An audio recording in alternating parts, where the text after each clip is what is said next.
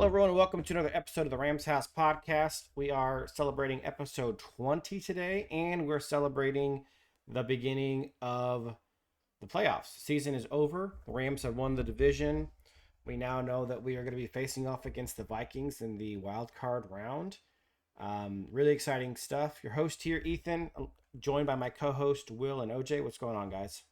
What's up, boys? How we doing? What's up? What's up? You know what? Doing well. I was encouraged for the future after this game against the Yeah, Seahawks. I was really encouraged for the future for several reasons, and we'll hit on this stuff more as the offseason draws in. But I mean, I think it would be foolish to not notice how well Jimmy Garoppolo ran the offense. The stuff yeah, that we've been talking all season about how we just wish sometimes that Stafford would run the offense more and not try to hero ball as much. And we've criticized Stafford and McVay both during the season about trying to figure out who's struggling with this offense. And I think, to me personally, it became much clearer that it's actually Stafford and not McVay after watching this game. I mean, Garoppolo is a pretty below average to bad quarterback, right? And he threw for 350 yards or right. almost 350 yards, two touchdowns. I mean, he had a pretty solid game, and he was wildly inaccurate. He actually wasn't playing well as a quarterback, but he was running the offense well, and that looked good. Yeah, I give the credit 50-50 to Jimmy G and LaFleur. I mean, to your point, he threw for 300 yards, but he wasn't even asked to do that much. To me, it felt like Right. just such a smart game plan, which like I said, 50-50 because part of that is Jimmy G is simply just keeping us, on schedule, quick Yeah, yeah. decisions, easy decisions. I mean, how many dump offs did we just see to the flat, to the running backs? I mean, those are Worked. smart plays though, Yeah. and they're so simple, but it's something that you don't see Stafford do nearly enough. So yeah, I thought LaFleur and Jimmy G were great. The play calling was excellent. Obviously, it's still the base Sean McVay scheme, right? Like that didn't change at all. But Hmm. the play calling was really good. In fact, there was a lot less head scratching play calls than we're used to. Yeah, Um, and I genuinely didn't think Jimmy really played well as far as quarterbacking goes, as far as right, throwing the ball goes. But he right, right, did right, do right. the right thing most plays, and Yeah, that paid off in spades. And yeah. OJ, I mean, am I crazy, or did it just feel like a almost like a breath of fresh air to see a quarterback just run the offense? Right. I mean, this is something that I've been talking about, and I've been, you know, criticizing McVay and Stafford about the way the offense has been ran. A lot of the offense has just been Stafford to Puka, whether or not it's through like screens or other routes. That just felt like the offense was just Stafford forcing the ball to Puka, and this really felt like the old McVay Rams offense when Goff ran it when it Yeah. was you know dump off screens to the receivers, screen to the backs, spreading the ball around to multiple, different weapons. You know, in it, even with a guy like Jimmy G, it worked because that's a very efficient offense. You know, besides the one, bad pick that Jimmy threw, I felt like he played pretty well. I mean, it was a Yeah. pretty clean game. I mean, if he hit, Whittington obviously on the fourth down and three earlier, we probably would have won the game. But like Yeah. even then, like you know, I just want to say, like, I'm impressed by LaFleur. Like, I'm impressed with the Yes. play calling. I was happy with the game plan. It was a simple game plan, but it was effective. I would And assume sometimes, I would assume McVay came up with the game plan, like probably joint, yeah, but the play yeah, it's definitely calling, true. and I'm not trying to be a hater. I love Sean, and I'm happy he's our coach, and I hope he's our coach for the next 30, 40 years, whatever. The play calling was really good. Like Yeah. there was so few play calls in that game on offense where I was like, what are we doing? It's just like Right. total Right. head Right. scratchers. For sure, yeah. I think LaFleur did a great job of just keeping it simple. He just ran Sean's offense. Yep. Like Yep. super simple And play calling game plan, and it looked and it felt great. yeah, I hope this doesn't sound weird because Matthew Stafford is obviously a better quarterback than Jimmy Garoppolo. But I feel like in any profession you can always learn something from a colleague or a coworker, even Sure. if you're better at your job than them. And to your point, OJ, I hope Stafford was paying attention, because if Stafford was watching Jimmy, which I know he was, and just seeing how he didn't even have to stretch or play out of his, talent or his ability, and he threw for 300 yards. If you can combine that, just making the simple, quick, decision and staying on track, with now adding Stafford's ability to here and there make a big throw, that's how we can be elite on offense. Yep. So in a weird way, I hope that Stafford learned some from watching Jimmy, because it doesn't really need to be that hard. And to a lesser extent, same with Stafford and LaFleur with the play calling. I mean, love the end arounds, love the screens, love that we kept going back to the well.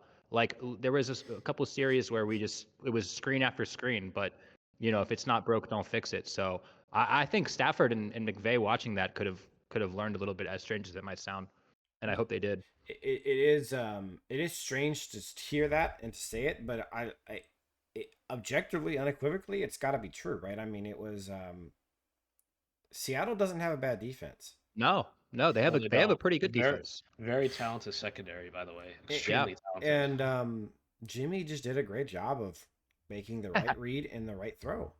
Bro, we almost put up 30.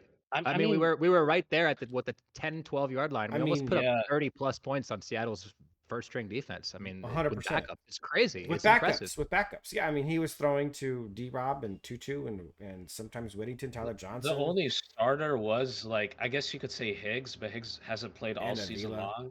Right. And Avila. Yeah. Bro, right. Our center, I didn't even know who our center was before the game started. Yep.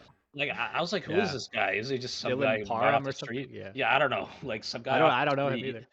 Like, no disrespect. And he was awful, by the way. And he was. And by the way, I think that goes into testament of what a great job Ryan Wendell has done. Yep. Like, since he's come, we've had a top 5 pass blocking, a top 5 run blocking team in the league. And it just shows, like, a Sean McVay offense with a great O-line. It's night and day. Right.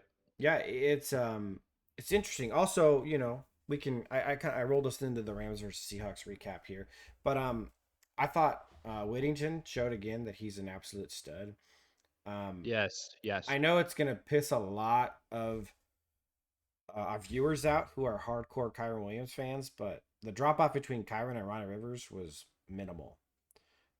I'm just being real. It was minimal. Ronnie did a great job in pass protection. He did basically what Kyren does, which is he took whatever the O-line gave him as far as the run blocking was concerned. It truly wasn't a huge drop-off between Kyren and Ronnie. Well, when you consider the offensive line he's running behind, too, by the way. He's running behind a way worse offensive line, so you have to 100%. Factor that in. Yeah, if you factor that in, it might even be considered better, to be honest. Like, because think about it, when he had Alaric Jackson, he had Rob Havenstein, he had Kevin Dotson, and we were missing actually we had Bo Limmer too. The only starter that was missing was Avila. Kyren was playing horribly earlier in the season. And that was, Kyren, and he was also missing Puka and Kupp in those games. Even with Stafford at quarterback, Kyren was putting up terrible numbers, was playing horribly. So Ronnie played in worse conditions than Kyren was earlier when he was struggling and did well. I think this is a good lesson to be learned, though, as a whole, not just about Stafford and Kyren, but like the offense is good. And when the offense is run well, man, it dare I say, it's Shanahan-esque when you can kind of plug in different pieces and they can look good like that, right? Right. Where maybe, and not that we don't want great pieces. Obviously, we want great pieces, but maybe we don't need a hero at every position, and we just need the guys who do the right thing at the right time. Yep. I mean, I don't think that's a crazy thing to say that it's Shanny-esque. I mean, let's say it's McVay-esque as well. I mean, it's McVay's offense. He's earned, sure, that term. I mean, we have to remember, right? Like, this is, I mean, we've had our up and down with this offense. There's different reasons to that. Battle line play, injuries, this and that. But if the right players are put into the system and they're put in the best positions to succeed, they will perform and the system will work effectively. And we saw that yesterday. And sometimes, you don't need, like you were saying, Ethan, you don't need hero ball. Sometimes a simple ran offense with checkdowns, one reads, obviously establishing the run game, efficient run game. I mean, that's all you need. Like sometimes like that works. And obviously, yes, like if you're gonna win a Super Bowl, you're gonna go on a run, you're gonna need your quarterback to make hero plays. This is not me saying that, oh, Jimmy Garoppolo's this is one insane, beautiful quarterback. We do have to remember that the Niners had to build the perfect team around him in order to even get to the Super Sure. Bowl. You know, so Uh, that's something we. Yeah, I Yeah, mean, just in agreement. I don't think it's even about Jimmy at all, to be honest. yeah. Jimmy's not a good quarterback. It's actually a testament to the fact that it seems more likely than not now that we've gotten more evidence that the issue with the offense the last couple seasons was actually Matthew Stafford and not Sean McVay. Because when Matthew Stafford's offense is just executed, and we learned yesterday that you can Yeah. put anyone in there, it's a good offense. And if Jimmy wasn't literally let's be real, he's not even a great backup. Like Jimmy's not a good quarterback.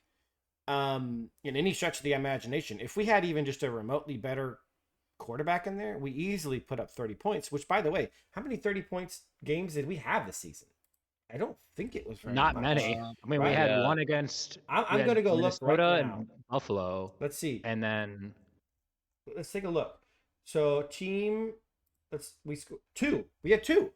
Yeah. right, yeah, So Minnesota and Buffalo. That's That it. could have, should have been another 30-point game. If we have like even remotely a slightly better quarterback, we easily top 30 and maybe 35. I mean, Jimmy left a lot on the table. Let's just be real. Even though Yeah, because he's just not a and there great was some thrower of the drops football. too. Yeah, Tutu Yeah. dropped like three Yeah. balls. Two had a dropped. couple Yeah, drops, D-Rob, yeah. I think, had one, and Tyler had one. Yeah, but I want to bring a little bit of. So I want to add on to what you're saying as a guy Yeah. who absolutely loves Matthew Stafford. I think it's something that when I was watching the game, when I say what Stafford could learn from, or the reason why I think Jimmy G had success is there are so many plays where Jimmy dumped it off to the running back, and I've seen Stafford in those exact same situations try to hold the ball too long and look for the big play. And Jimmy, it's almost like he understands himself better than Stafford does, where he like gave up on the play right away, but in a good way. Like he would, as soon as he saw the free rusher, he's immediately just not. I'm just gonna dump it off. And I actually wish Stafford did that more and just kind of like didn't always try to go for the hold the ball, go for the big play, because we've seen him a couple times where it's paid off this season. I could even think of the Vikings game, for example, but by and large, throughout the course of the season, it hasn't been, paying off. And if you can just get us to 2nd and 6, man, like we're a good running team, we're a good short team, like just keep us on schedule. It's really, I feel like all I'm trying to say is I feel like Stafford is kind of making it harder on himself. Love the guy, but it's honestly good news. It's almost like good news to me because that's easily fixable. Like just scale it back a little bit, take what the defense gives you, and trust me, there will be times in the game where like, okay, well here it's 3rd and 12, I need to rip a seam ball, and hold it a little longer. But just play inside yourself a little bit more, if that makes sense. I actually don't think it's easily fixable. He's in like year 17 and he's never fixed this problem. Like, yeah. Yeah, I get what you mean. I guess so. I mean, I guess it's semantics. When I say easily fixable, I mean like physically, it would be an easy. Sure. Fix. Oh yeah, 100%. But you're saying I get your point. You're saying like that's been his mentality for like 15 years. Yeah, I get what you're saying. Go back to Georgia in high school. He's been the same guy for the last probably 30 years. Like as long as he's been playing the game. Yeah. And we'll hop into this a lot further down the line as we get into the offseason, but I just want to throw this out there. Depending on how this next game goes, if Stafford plays the way he's played most of the season, and I think we all agree he's had more bad games than good games, it definitely might be time to move on and just find someone who can just run the offense efficiently and well. And look, there's much better options than Jimmy G out there.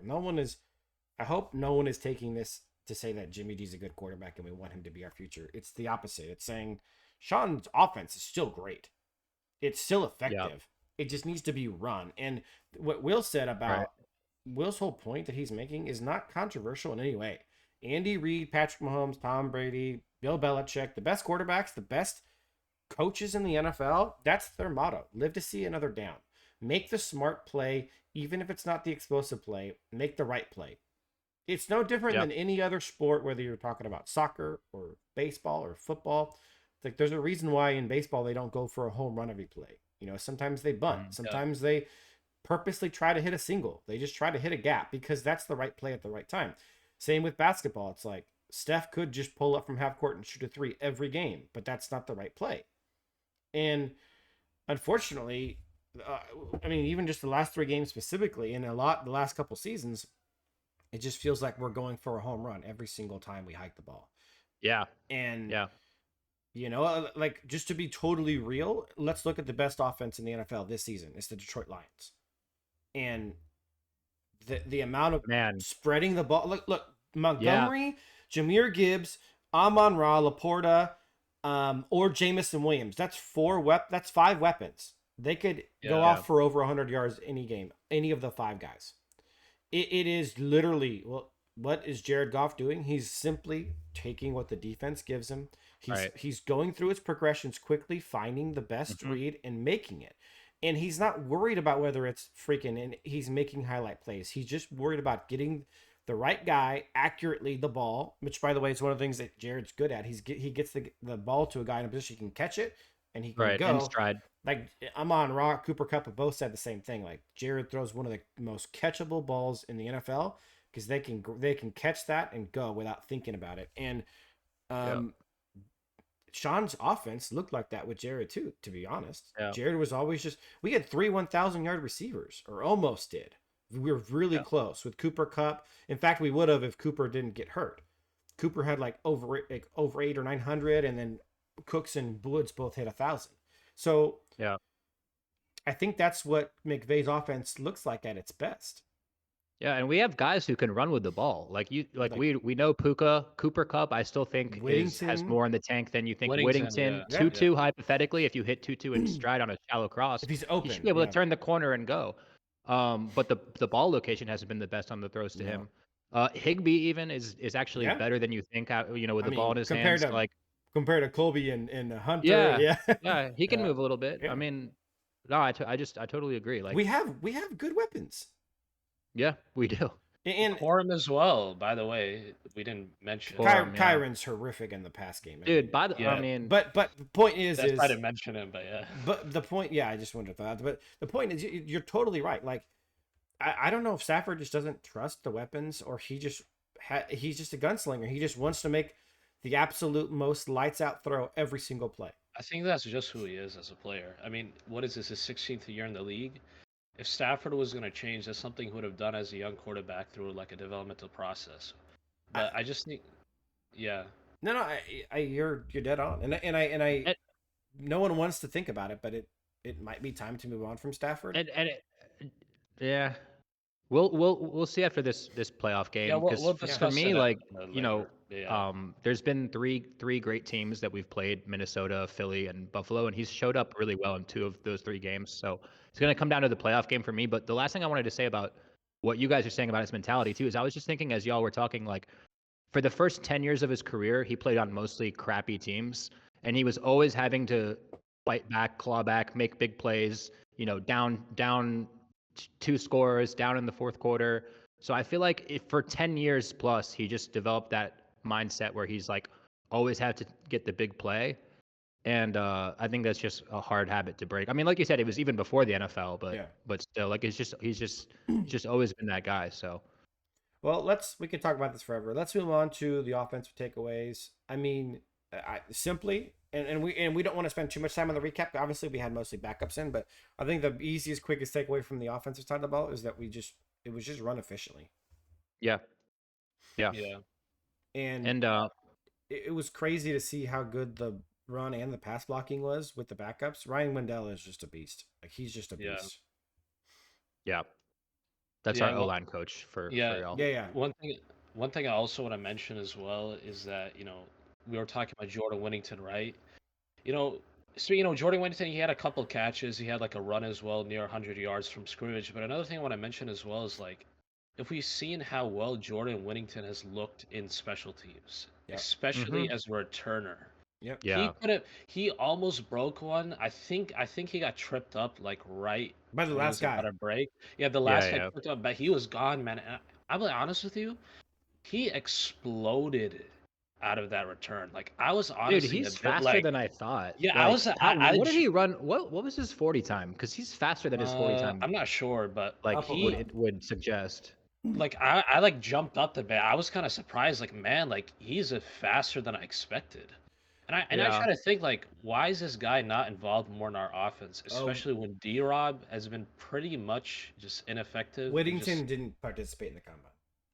Okay. Okay. interesting. Okay. He just did All bench right. press, so he must have had a leg injury. All Does he he did have was a bench press. Does he have a Okay. pro day or no? Um,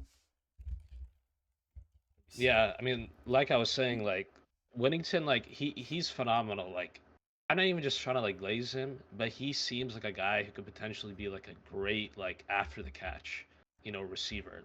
Like we saw like a couple of times, like I think it was two plays. Two of the catches he had were screens, and he ran through the blockers, broke like a tackle or two, made one guy miss. Got extra yards. I mean, he's just Yeah. like that typical, like that prototypical Sean McVay receiver, savvy player, sneaky, athletic, and I don't understand why he hasn't been involved in the offense with D-Rob. I mentioned this before. I know I talk about D-Rob like so much, but it's a fact though. Like since the Seattle game, D-Rob has been pretty much ineffective in the offense. So Yep. I hope against Minnesota we'll see more of Whittington. Hopefully, like more involvement. In the screen game. yeah. But yeah. Yeah. You would have to think that Whittington at least is tempting Sean to play him more after a performance like that. I think that kickoff return explosive ability being on the field, again, to our earlier points, if Stafford can just hit him on simple, throws in stride, shallow crosses, can run a couple end arounds. And by the way, he's a good blocker. Like that's I don't understand. That's a no-brainer to me. It fits our offense Yeah. so well to have him on the field over D-Rob. I'm By the gonna. way, he ran a 4.47 at the combine. Oh, okay. Who did Whittington? Whittington, that's what I found. I just found Which that he is, didn't run on the. I mean, I just found he didn't run at the combine or the pro day, so I don't know if that's accurate. I don't, I think I don't know. you might have been just, looking I at just an literally estimate.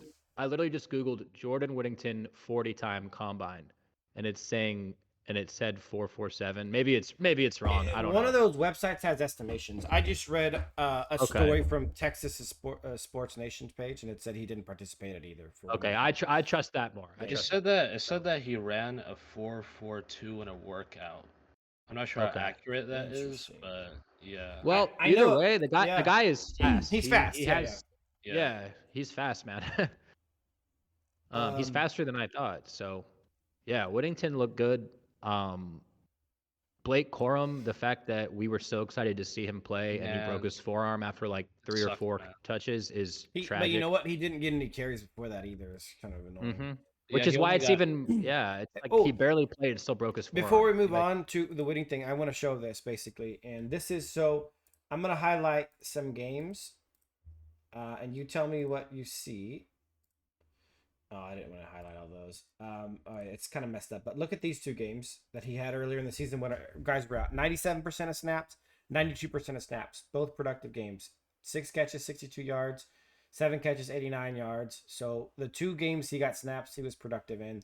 And then he didn't have snaps for the rest of the year until this 47%. And he had his 86 yards. Whittington, anytime he's getting a chance, snap-wise, he's being productive. yeah. Like really productive. And you, if you want to talk about targets, basically any game he's gotten 4 or more targets, he's been great. So there's absolutely no reason to tout that Whittington's is going to, first of all, he's going to be great next year, but that we should be using him in the Minnesota game more. Yeah, he's got to be on the field more. Which is crazy because I saw Jake had a tweet basically saying, hey, Ben Skoranek played more in his rookie season than Whittington has. And That's insane. Ben Skoranek had over 50% of the snaps in the Super Bowl run. He played a lot in the playoffs that we had in 21. So Yeah. Whittington should play, but we'll see. And if you're, the mindset is like, oh, well, I trust Sean. He knows what he's doing. Well, Sean started Troy Reader over Omar Spates for 10 weeks. So I'm not really. Bobby with it. Brown. I mean, just being totally transparent, Sean has made a lot of personnel. I love Sean, but mistakes. yeah, like. There've been a lot. Yeah, I Remember, would say though, he benched Blimmer for Jonah Jackson. Yeah. Like he's made, Right. the mistakes that he flip flopped Jonah and Avila multiple times. Like personnel wise, Sean has made many mistakes this offseason. And it's crazy because also, talking about the front office, the free agency period was a huge letdown. Whoever's doing the pro scouting is not as good at their job as the guy doing the draft scouting. The draft scouting has been great. The pro scouting, our free agency periods have been disappointing year after year for a while Yeah. Yeah. now. But let's just take a quick look at the numbers. Garoppolo, 334, 2 touchdowns, a pick, but really a solid game overall. He was in, and like, he's not good at throwing a football, but he is okay at like just running an offense in its most Yeah, he's vanilla okay form. at being a game manager, basically. The run game overall mediocre, but we were playing behind most of the game, so we were kind of doing a lot of passing, 41 attempts. Obviously, the disparity is crazy. But like when you're talking about the comparison of Rivers to Kyron, if Rivers runs 25 rushes, he has 100 yards. Yeah. Well, what was that passing yards number? My eyesight is bad. 334 yards, Okay. 2 Okay. So touchdowns. that's what I thought you said. While you were talking there, I looked up Stafford's totals from the other Yeah. games. So he had 320 in the Buffalo game and like 279 against Minnesota. So I just want to emphasize how crazy that is. That Jimmy G, I believe, had the most passing yards of a Rams That's quarterback crazy. No, all I'm year. gonna pull it up right now. Yeah, I think that's right. But yeah, let's we'll verify it. So, But passing if that's the yards. case, That was the. Oh, you know what? It does reduce because of sacks. So let me go to Stafford specifically and look at his because the team passing yards get reduced. But yeah, that was the highest passing yard game Yeah. of the season. okay, so that's insane. Like it's his first ever game, Jimmy G's, and he throws for more yards than Stafford has all season against a first string defense With when he's yeah. playing with backups. With the back. So like, guys, I mean, I don't know. We're That's good. mind blowing. It's honestly mind boggling. We're gonna catch heat from people who are big Stafford fans, and we Yeah. understand it. But I'm a big Stafford Yeah, fan, by the way. but- I love Matthew Stafford. I mean, if but people think that's I don't like. crazy. I've been very critical of Stafford. That doesn't mean I hate the guy. Like at the end of the day, this guy. I mean, Stafford won us a Super Bowl. I mean, Yeah. I'll be thankful for Stafford, but the things that we're pointing out are just facts. And this week, pretty much proved our concerns about the offense Yep. has been Stafford. His inability just to simplify, Yeah. his, the throws. Yeah. Yeah, Ethan, I tagged you. I think I tagged both of you on Discord earlier this week, and I said, don't be surprised if Jimmy G plays really well, just because he's just gonna take the easy play and keep us on schedule. And like, man, that's really all we need Stafford to do. And then again, like here and there, mix in the big play. And I just want to say something like really quick about the whole us being critical because we've gotten like a comment here or there Yeah. saying we're too harsh. I just want to say right now, like no beef, no like I love everyone that even comments. Like I appreciate that so much that you even watched. But to me, like loving a team doesn't mean you turn a blind eye to what can be improved, and you're just like, oh well, I love the team, so I'm not going to say anything bad. To me, it's like, no, I love this team and I'm passionate about it, so I'm trying to see like how we can improve. Yeah. And regardless of how you feel with Stafford, you got to admit like Jimmy G throwing for the most amount of yards of a Rams quarterback all year in his first game with backups says something. It says something. It and has it's to. Yeah. It has to say something. If you don't think it says something, I think you're being a little bit. That's dishonest. Yeah, it's just dishonest. You are being a bit a homer. It doesn't mean Jimmy G's better than Matthew Stafford. No. Of course not. No, absolutely not. No one is saying that. But what it is saying to me is like there's a way to simplify this offense. Maybe simplify isn't like the perfect word, but we've been saying it all year, man. Stafford, sometimes he tries to do too much. Take the easy plays, take the quick dump offs, keep us on schedule, get us to 2nd and 6, and I think we'll be in a lot better shape. By the way, this is just simply pointing out that McVay is who we think he is, right? It's literally saying McVay's offense is great. It just needs to be run the way it's supposed to be run. That's it. Right. And unfortunately for everyone, Stafford might not be the guy to do that in the next couple of years. And that's just a fact of if we want to contend with, because Sean's not going anywhere. His offense isn't going anywhere. This is not a hero ball offense. Sean's offense is all about timing and reads. Almost all of Sean's plays are read left to right or right to left, and they're read in levels, right? Like he usually has a short and a medium or deep option on Right. both sides of the field, and you're reading usually one or two guys to see whether they go short, they break in, or they break out on the guy who's going short or deep. And so yeah, it's literally about looking to the left. Okay, what is that one or two guys doing? Looking to the right, what is that one or two guys doing? And you make a decision based on that. And you know what? It really hurts Stafford that he's always so aggressive, because there's a tendency to pick up there and say, hey, Stafford's usually going to go for the hardest, deepest throw. That's just who he is as a passer. So the fact that he has that tendency also hurts him and the offense. I mean, you can't be realistic and not say Stafford isn't trying to force the ball to wherever the heck Puka is at.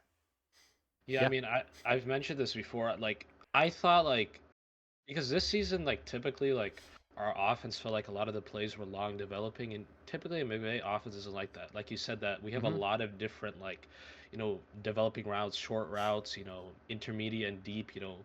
We run a lot of bunch plays, so a lot of those bunch plays you have like maybe like a slant in, you have an out route, you have like a go, for example, right? There's always like there's a route for every level. So if something's not there, okay, you go to the next one. You go to the next one. It just feels like Stafford, as soon as he snaps the ball, he's just looking for what is the biggest play possible I can make, instead of making the right play, the correct play. And sometimes, that is the correct play if it's there, but that's not going to be there all the time. But you know what's crazy about that too is that the right play opens up the big play. Exactly. Especially with a guy like Stafford. I was thinking that too. Yeah. I was and you saw that in the game. Like all of a sudden, like Jordan Whittington, the double move he put on that corner, like that doesn't work if, to your point, if we're not, hitting it short like all game before that to set it up.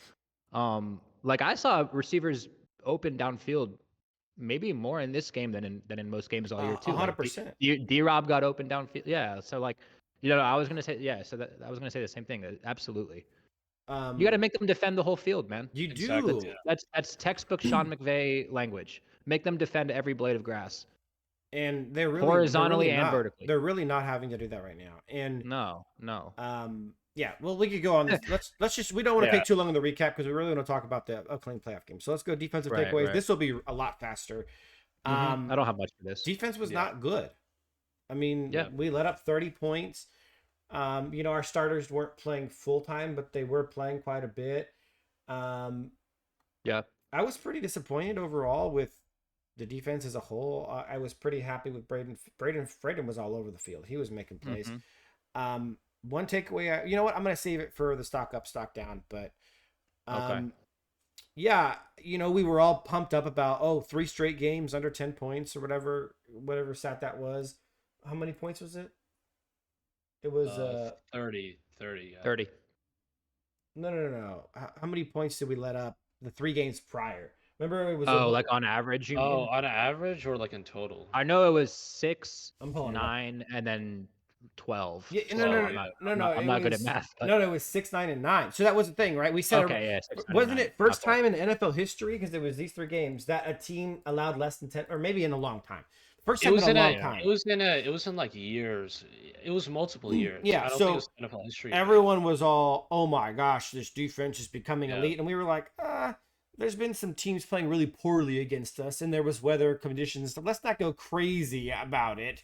And now we're seeing, like we were kind of overrating the defense for a little bit. And we kind of called that on the podcast, so that's when like people, you're being overly critical. It's not always about the results. It's often about the process, because the process predicts future outcomes more than results does. And even though we let up less than 10 points 3 games in a row, we were like, the defense is playing better, but they're not playing great. And we've gotten pretty lucky in these games, which is why seeing the Seahawks score 30 was just not surprising to any of us. Gino had himself a day, made himself $6 million with this game in bonuses.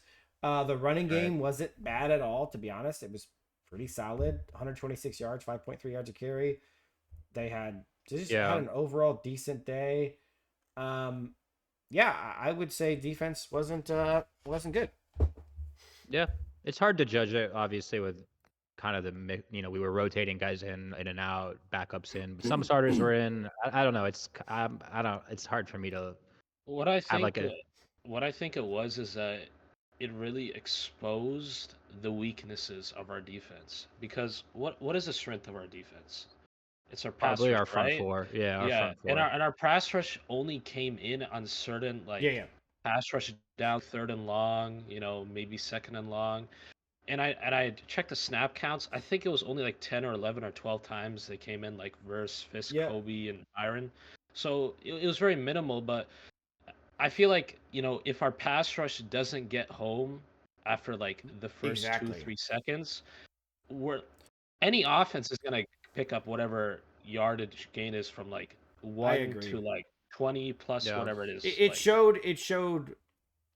showed more in depth how flawed our secondary is. Yeah. Yeah. Especially specifically our corners. And I know Yep, people are going to be up in exactly. arms, but Akello There is one guy and I want to Forbes speak got of. Yeah. absolutely cooked all game long. Like they were Mhm. getting roasted. The one guy who By actually the played way- good was Kobe. By the Yeah, way, Kobe Durant was good. Akilo played minimal snaps, but basically every time he was in, he was targeted and he gave That's up a catch. crazy. Yeah, I'm looking Which at it right is now. kind of a crazy I'll, thing. I'll Yeah. show it real quick. Akella only played 13 snaps, but man, he was getting targeted. I would never have guessed he only played 13 snaps. I saw him a lot in that game, to be honest. mean, Yeah, if- me too. And you know what it was? It's because the plays where he was in, he was getting beat, so it Yeah. made it look I mean- made it look like he was playing more. That's And there was one crazy. that there was one that drove me absolutely crazy. To your point, OJ, about basically like if our pass rush doesn't get there, we can't trust our secondary to hold up. Yep. There was one where we did get pressure, but Gino like spun out of it, Yeah. and it was the touchdown to Metcalf. And if you watch the replay, Akello is like sitting there, like standing there, literally stops running and is like watching Geno Smith. Yeah. Like, what are you watching Geno Smith for from 20 yards away, bro? Yeah. You can't do anything from the end zone. Like, you're not going to come up and hit him. Like, It was he's bad. just like watching Geno Smith and he stops running with basically DK and lets him let- touchdown. And he's done that a few times this year, Yeah. bro. Like, he just loses eyes on the receiver. He basically let Metcalf just run free because there was a Yeah. point where the play paused and Metcalf stopped, and for some reason he like stayed like a couple of yards behind him, and then when Metcalf started running again, he like paused for a second as well. Then he started running. Yeah, he just stopped running on the play, bro. That gets me tight. Like, You I'm know sorry. what's funny is It gets me so tight. there's this Yeah, it's stat odd. out there. It's called yards per route run, and it's for receivers. How many yards you gained per route that you ran. So it's not fair, obviously, if your team runs the ball 50 times, you only run 10 routes. So it's kind of a hyper efficient number. And I wonder if we applied that to Akello this season, because he's allowed a lot of yards, but he hasn't defended a lot of routes because he really hasn't played that many snaps. I wonder if we applied the reverse, how many yards allowed per route run. I bet he's like really bad in that stat, because really, like, he played 13 snaps, but they weren't all pass plays. Some of them had to have been run plays. So you're talking, Akello probably allowed 60 yards maybe, and he probably only defended like 7 or 8 routes. That's like 10 yards allowed almost. I think he allowed on 13 snaps, I think it was 3 or 4 catches for like 50 yards. So That's crazy. yeah. So basically, Akello's the type of guy that if he's targeted, he will like 90% of the time give up a catch. So that's why it probably felt like he was there in the entire game. And which Forbes, is crazy. Forbes was just bouncing. Yeah, off. Forbes was also Forbes is getting cooked. Forbes allowed the most amount of yardage. I'm pretty sure. Watching him try to tackle someone is painful. He's tiny, bro. He bounces off guys, and I'm not even trying to be mean. He's really small. He's the tutu of the defense, and it's just it's problematic. Yeah, we need another corner, man. We need another corner, because if you can get D. Will in a good corner and then Kobe Durant's your slot corner, now you got something. You know, one of the craziest things I saw was seeing Emmanuel Forbes lining up, in front of DK Metcalf. I was like, oh man, if they just that was funny. Just run like a go route here, DK's just gonna absolutely moss him like every time. Yeah. Dude, DK takes dumps thicker than Forbes. That's nonsense. Yeah. Hey, what website do you go to that has like instant numbers like that? It's sometimes just like sometimes Rams Wire and Turf Times. They just because they get the stats From right. PFF. Yeah, so they just sometimes just post in there, just easily access. No, you're right. I just wanted to see. I could maybe pull it up real quick to show, but yeah, totally. Let's move on to stock up. We can make this super quick because it was obviously a game full of backups. My stock up offense is going to be super simple, and I'm trusting one of you guys to stock up Jordan Whittington, because I'm actually going to go in a different direction. My stock up on offense is Sean McVay. Like, we've had our doubts about whether he was. It just seemed so disjointed, and we've been going back and forth. Like, is this a Stafford problem or a Sean problem? And I have no doubts anymore. Like this game, the efficiency that Jimmy ran it with backups is crazy. Sean's offense is great. Yeah. And Yeah. this is a good defense. By the way, they're a good pass defense. They're top half in the league in everything pass defense wise. That includes yesterday's game where Jimmy cooked them. So I'm suck up Sean. He is an offensive genius. He is a monster. We may need a new quarterback in the next year or two. So suck up Sean. He's still him. Yeah. Yeah, I think what I was actually gonna stock up. I'm gonna stock up two guys actually. I just want to give a quick shout out to Warren McClendon. He played a great game. I checked the stats. He only allowed one pressure, and like we said before, like when Rob, was out for an injury against the. Which game was it? I'm forgetting, man. Last week. You mean last week, right? Yeah. Last week he should have been the starter. I mean, I'm not saying McClendon's like a starting high caliber left tackle, like right tackle, but all I'm saying is that like as a backup, he's a significantly better backup left tackle. If you need one game Then a no season, boom. then no boom. You're saying, If you like basically if there's like one game or two games a season when a tackle is out for injury and you need a guy to come in and just plug and play and they'll do their job, McClendon will do his job and he will do it well. We talked about that because Havenstein missed 2 games earlier this season, and McClendon started one and Nopum started one, and McClendon was significantly better. And then when it came around last game to do that again, Sean started Nopum, which was just weird because we had like proof positive that McClendon is a better backup right tackle than Nopum is. 100%. And so that was confusing. And then now we have 2 games of each of them at right tackle. And so I hope if Havenstein misses time in the playoffs, at this point, there should be no question in anyone's mind, especially Sean's, that McClendon is a better backup right tackle by like leaps and bounds. And we're not even saying he's good. Nopum is horrific at right tackle. Right. Yeah. It's so more about that Nopum is horrible. That's a good one, actually. That's a really good one. So go ahead with your second one.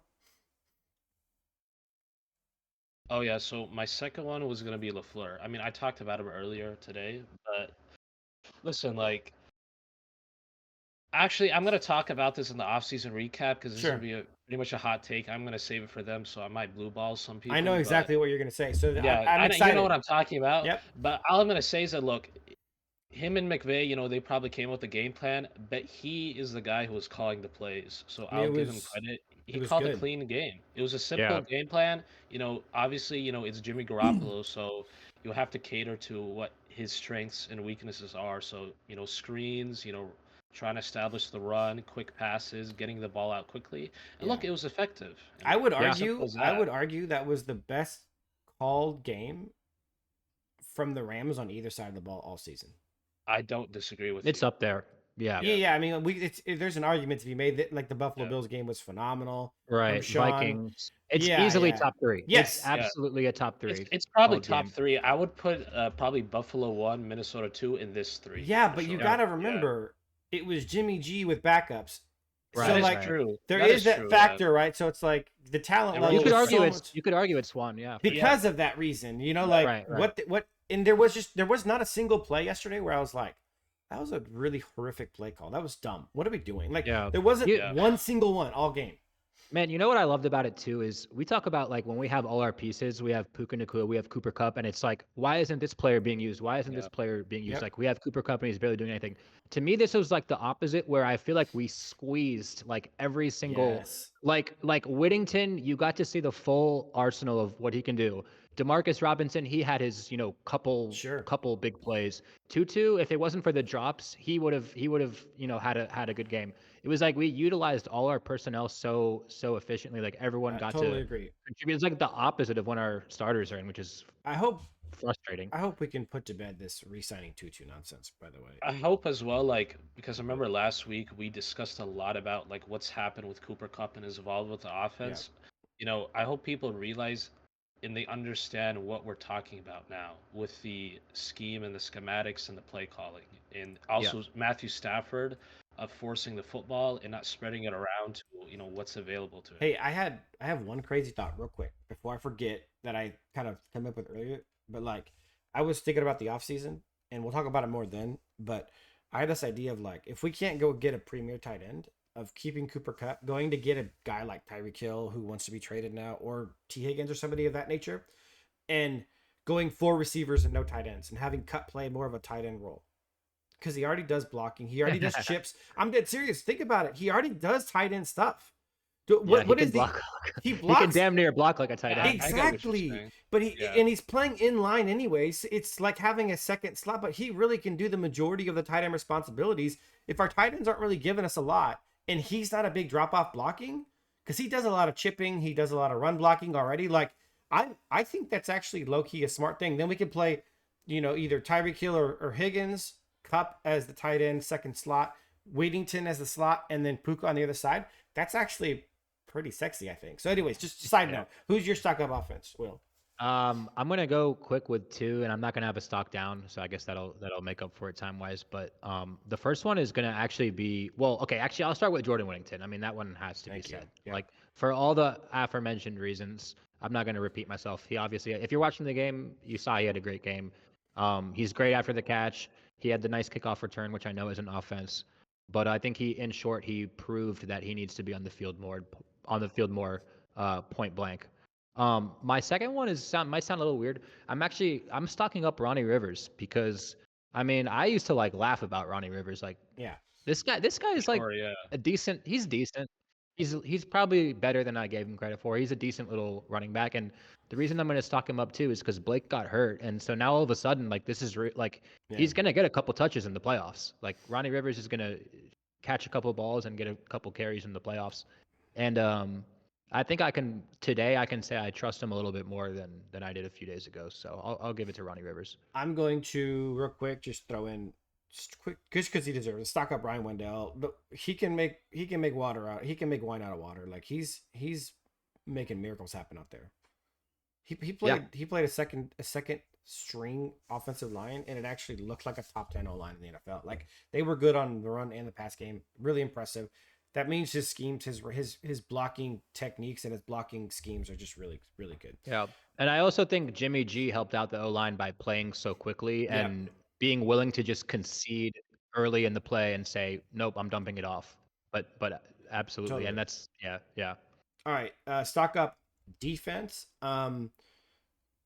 Quickly, I am going to say Cam Kinchins. I thought Kinchins, he played 100% of the snaps. I just see this guy pop up all over the field in both the run game and the pass game. He's becoming an imposition. Like, he by what I mean by that is he's showing up in so many places, like in the defense, even in the offense's way. Does that make sense? Like, yeah.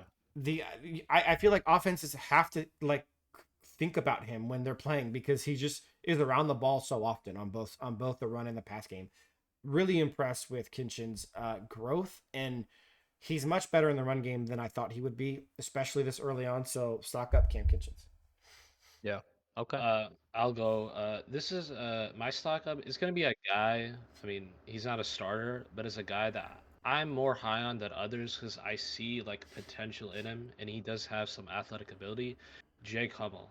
I feel like Jake Hummel had a pretty darn good game, especially like he had a solid game as a run stopper. But one thing I noticed as well, especially in preseason, one thing he did really well was in pass coverage. He's decent. He's a great sideline to sideline linebacker. He has good enough, acceleration and quickness and speed to keep up with tight ends decently.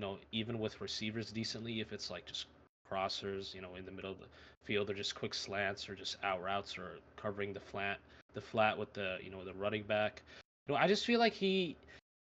Look, this might sound crazy to some Rams fans, but I feel like he just offers more as a player than Roseboom does. That's not crazy. That's not.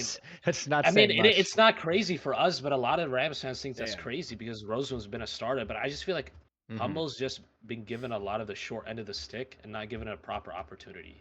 And I felt like I'm happy for him that he was given a chance to shine and show what his capabilities are in a actual regular season game. Yeah, that's a good one. Yeah. Okay. So let's move on to stock. Oh, did you go, Will? Go ahead. Yeah. I'll go. Mine's Jacoby Durant, man. To me, Yep. Jacoby Durant was the best player on the defense that day. He had a couple PBUs, just solid in coverage all day. Yep. And I have a lot more confidence in him than I do in Akello Witherspoon. So He Kobe might be Durant. the best corner, to be honest with you. Yep.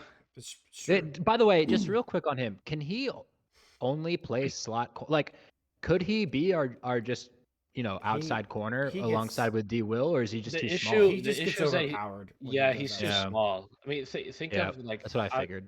I mean, it's similar to Forbes, right? Like obviously Forbes is 10 times skinnier than he is, and Durant is pretty skinny, but yeah, he's just too small to play on the He gets outside, bullied. stuff like Yeah, that. that's a Yeah. shame. He's a good slot corner, though, Yeah. man. He is a good slot I like corner. Durant. I like Durant a lot, actually. Yeah. And I feel like he could be used a bit more as well, like as a blitzer. Oh well. yeah, for sure. All right. Yeah. Let's move on to stock down offense. Let's see. Who wants to go first? I don't have one, so I'll just get don't- that out of the way. I'm not I'm gonna have trying one. to think. I'm trying to think like stock down. Like I didn't really put one, but I'll say this. Yeah. And this again, like we've talked about this guy a bit. This is not hate. This is just being honest in what I've seen from this guy, just evaluating it. Matthew Stafford. Yep. Now, how can I stock down a guy that hasn't played? I mean, like we mentioned, right?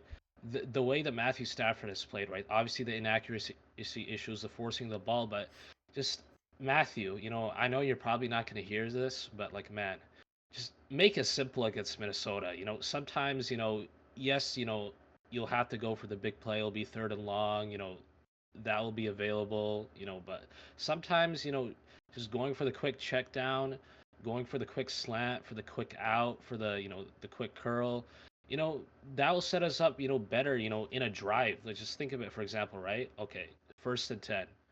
Quick check down to the receiver, 5-6 yards. All right, then go with a run. Or then let's say if you get that quick 6-7 yards, then go for your deep shot and 2nd down. Because that's typically what offenses do.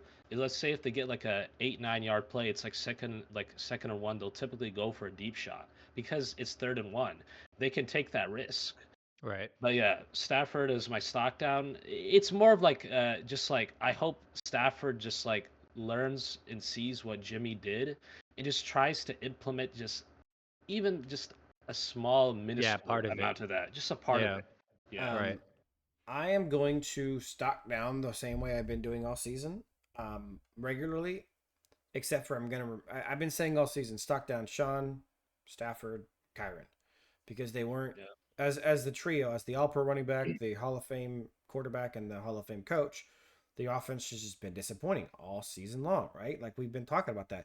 I'm going to alter that to stock down Matthew Stafford and stock down Kyron Williams.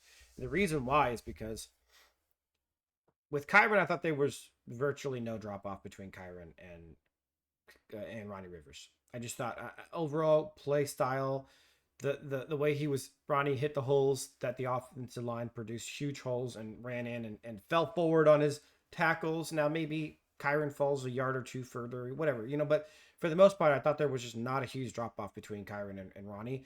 And I can't get over what I saw when it comes to how much more efficient Jimmy ran the offense. It's perplexing and it's frustrating. And, like I want to take a quick look at this. I might be going a little bit long on the stock down here, but I think this is just a really interesting topic of conversation, right? Our offense as a whole is ranked 20th in points scored. We were a bad offense. Like, we're bad. Yeah. It's I don't think that's controversial to say. In fact, if we just do a quick math analysis on this, I get my calculator on here. We scored 367 points over the course of 17 games, which is 21 points a game. I'm going to make it more interesting. I'm going to take away yesterday's game where we scored 25. So that would put us at 367 minus 25 divided by 16.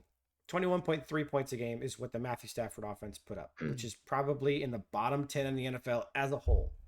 That's not good enough. This offense should have been if not top 10, close to top 10. Can we agree that we have that enough? Look, there was injuries, but look, we saw the second string offense should have put up 30 against a good defense. Yeah. Like, No, absolutely. That's yeah. fair. I mean, how is that? I can't say that's not fair. And Those are the same players that we had when we were 1-4. We had to roll out. Guess what we had to roll out? Those guys. Jordan We had to roll out those Whittington, same guys. D-Rob. In fact, we had a worse O-line yesterday than we've had during that time. Yeah. Because we had at least 3 or 4 starters the entire time. Because Bo Limmer was starting at center. The only guy who really missed time, like when we were missing, well, Eric missed the first 2, but we had guys healthy the first 2. Other guys. So really, we were missing one starting O-lineman the majority of that stretch. Mm-hmm. No, you're absolutely correct. It's honestly perplexing. You would think with an offense with Matthew Stafford, Sean McVay is the caller. With Cup and Puka. People. Kyron. With the O line.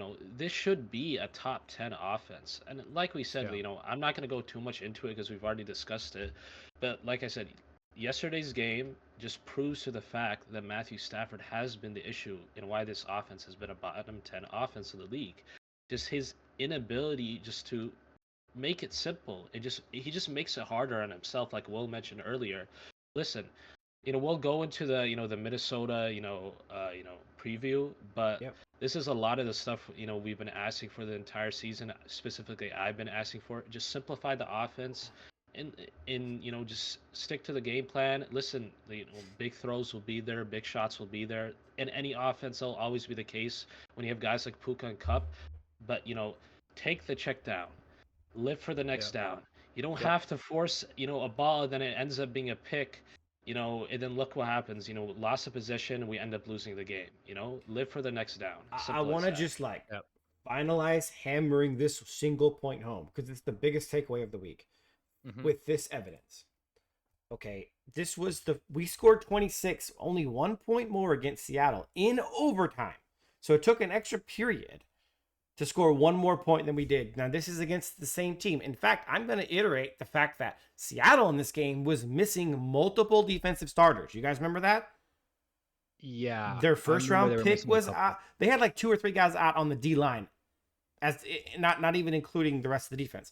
Now, look, Dotson, Bo Limmer, Alaric Jackson, and Rob Havenstein played the majority of that game, if not all the game. Now, we had Dedich. Okay, but Cooper Kupp played most of that game. Kyron Williams played in that game. So you're talking about... And by the way, Puka played 27 snaps. And he was good. Puka was good this game. Before he got ejected, Yeah, he was playing good before he got ejected. So we had dudes, right? We had much better players in this game. I want to remind you, we scored 26 points and needed overtime to do it. So the offense was better against a healthier Seattle team with backups than it was earlier this season against the same team. Because you can say, oh, it was the Seahawks, we own them. No, there's so much evidence, whether it's the whole season and the way statistically it's played out, and it's playing against Seattle earlier in the season compared to now with a healthier offense against dude, I'm telling you, like, this is crazy. But we can't iterate it enough because it is a really interesting point, and it is kind of a damning point to the way the offense has been playing all season long. But that's it for stock up. Oh no, stock down. We're defense. I'll just be quick if you guys don't want to. I don't really have anything. Yeah, I don't have one. I'm not gonna. Entire. You know what?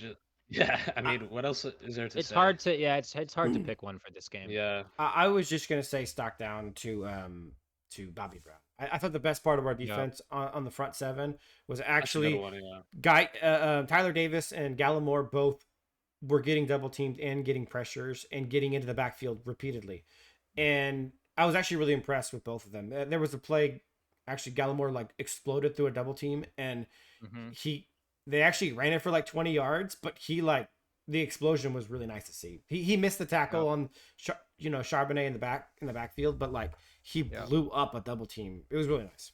By the way, there were a couple other guys. There was 94 Daquan Johnson. Yeah, and he had a couple nice plays. What's the dude's name? Like Kier Thomas. Kier Thomas. Bro, you can't tell. We have like 3 or 4 like promising honestly, looking DTs behind Bobby Brown. You can't tell me one of them isn't better than him. from this game, what I learned is that we have like 3 or 4 DTs, whether it's second and third string practice squad Yep. guys that were brought up because of this game, that are better than Bobby Brown. Yeah, they have But you know, potential. but you know man. what that Tyler Davis is number 1 on my list, but like Yeah. I like True. I like a few of them. But that for sure. the reason why that's awesome is because it means that either you get a starting nose tackle, or you move Tyler Davis to starting, and then you have great depth on the D line already, which is really great news because those are holes you don't need to fill next season. So let's move on to our Rams versus Vikings preview. Now, here's the first thing that I want to say about this game that I'm actually really excited about. All Sean has to do is the exact same thing he did last time we played the Vikings. And I don't mean game plan wise. So hear me out here, because I think this is actually a really cool point.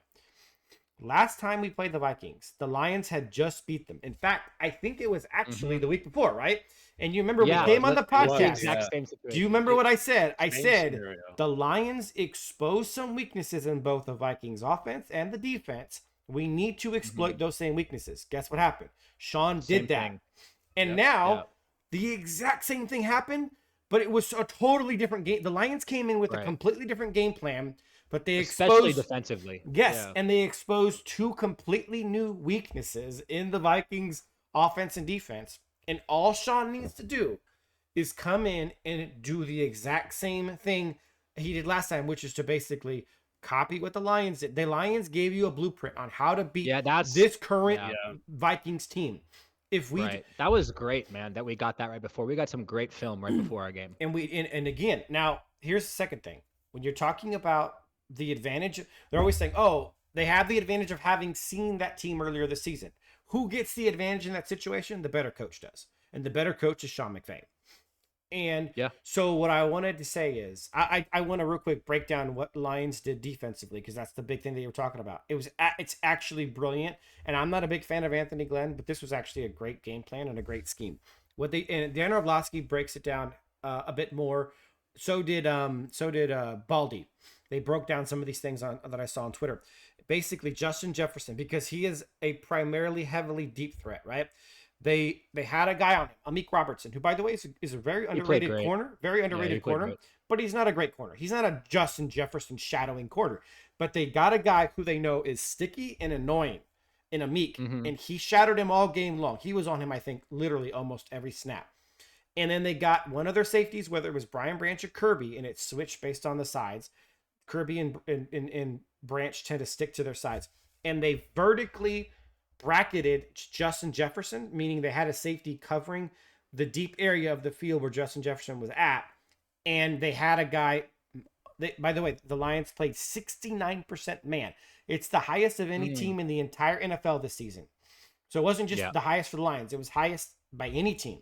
And so Amik just followed this dude all game long, and they bracketed a safety vertically to stop him from getting open deep.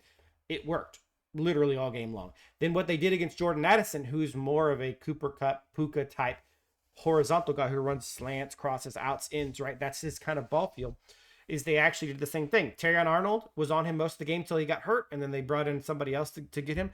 They had another sticky press man situation with the corner who was just following Addison around, and then they actually bracketed Addison with either the opposite safety, but not vertically, horizontally, or it was Anzalone or Jack Campbell, the inside linebackers, who were playing a zone in the middle. And so they were basically saying, hey, we're going to let Addison play man solo to the outside of the field, but if he comes inside, our inside zone guy is always going to preference double teaming him. And they left Hawkinson just man all game long. Hawkinson was seeing solo man, and he was not able to take advantage of that situation.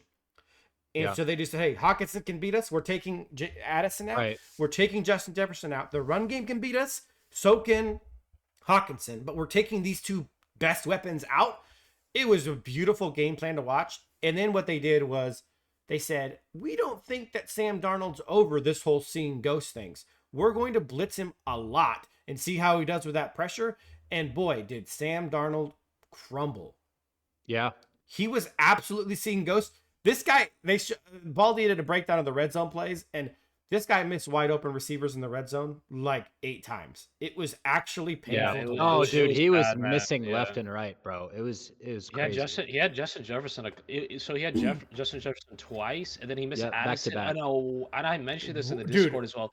Wide open, you like Yeah. you can't be more wide open than this. Like no one followed him. He literally had the whole like right third of the end Yep. zone open. So basically, just to paint a picture, Addison ran a quick out, and then Yeah. the guy on the outside ran a slant, and it was actually it was kind of an illegal pick play because I don't know that they would have thrown a flag, but the outside receiver running the slant hit Addison's guy, and the guy that was defending Addison just decided to abandon it altogether, and they both followed the outside receiver, and literally, you're right, the entire 1/3 outside of the end zone was literally open.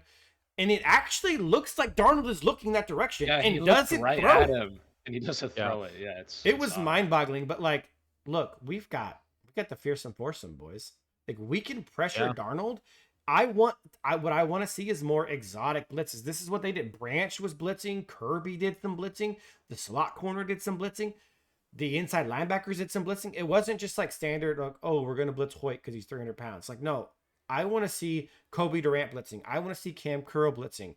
I want to see Cam Kitchens do a couple blitzes. I want to see Omar Speights do some blitzes. Like, the blueprint is there. We can we can beat the Vikings. Yeah, absolutely. We can absolutely beat the Vikings. So I am.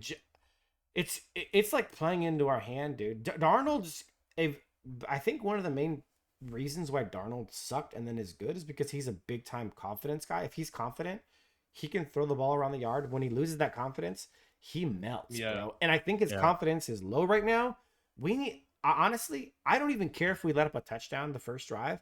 We need to blitz the crap out of Sam Darnold that first drive. We need to get him shaking in his boots. We need to get him scared. I do care because I think that goes to your point about the confidence. If he can get off to a fast start, then I think it's already going to do a lot to kind of shake that off. But like you said, if it starts ugly, I mean, I tried to screenshot his face last night, but it didn't let me because I was using the Peacock app on my phone, so it didn't let me record or take screenshots. Bro, Sam Darnold, I did not like the look in his eye last night. He was seeing ghosts. Absolutely shaken. All night, you could see on his face the dude was I don't want to let up an early touchdown, obviously. But what I'm saying is, I want to hit him and get him on the ground several times in that first drive. If we have to blitz a couple times to do that, I want to be aggressive. Make him antsy in the pocket and make him question. Make him process quickly. Rush his process, basically, right? Sam Darnold's the type of QB where if you rush his process, he's gonna struggle immensely. He's gonna miss guys whether they're open or not. He's gonna make bad decisions. He's gonna get sacked. He's gonna roll out of the pocket. And listen, like, this is a point I really want to hammer on, and I hope like Shula, implements this into this game plan. But like you said, Ethan, the exotic blitzes, we need to just whoever it is, Kobe Durant. Look, Kobe Durant plays in the slot. Quickly bring him up to the line. Set him on the left side across from whether it's Verse or Byron. Spates up the middle. Quickly do stunts. Send Curl up. Bring Cam Kitchens up as well. Like, be creative with it. And another guy. Speaking of like safeties, just quickly, I want to mention John Johnson. Oh my gosh. I'm guessing the Rams will activate him because they have 2 IR activations in the playoffs. He's another guy that we can use if we're bringing Cam Kitchens up. And this will also benefit Curl as well because John Johnson is primarily a free safety. So you have Curl and John Johnson in the back, and you bring Curl up, and Curl can actually play his position as a box-to-box safety. Look, we talk about like Roseboom and I talk about Hummel. Forget that, to be honest with you. Let's try and play Cam Curl in the sub linebacker position. I agree. Because I feel like he'll succeed and he'll be great in that position, and that'll confuse Sam Darnold, and that would actually be a great matchup on Hawkinson as well. Yeah, I'm a little dicey on the fact that the John Johnson hasn't played in so long, but game plan and matchup wise, it would make a lot of sense for him to play in this game. I agree with you. Yeah, like if you're talking about bracketing Justin Jefferson and bracketing Addison, like John Johnson can do that. Yeah, and he's perfect for that. To the point that you're making, I'm not saying zero blitz, right? I'm saying send one or two extra people. We're talking about 5 or 6 rushers.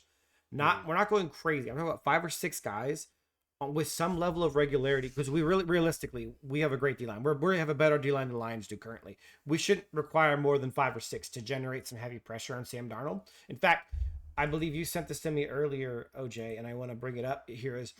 We're in the upper echelon here of basically this is pressure rate that we get. We're top 10, 12 in the NFL, and pressure rate allowed, we're kind of top 10, 15 in the NFL.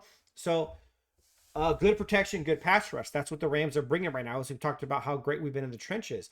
And you see the Vikings are all the way down here. Now they generate a lot of pressure. They're up there with us. They're a very good pressure team. Van Ginkel, Grenard. Yeah. Ivan Pace is great on those exotic blitzes. He's a great blitzing Dallas linebacker. Turner.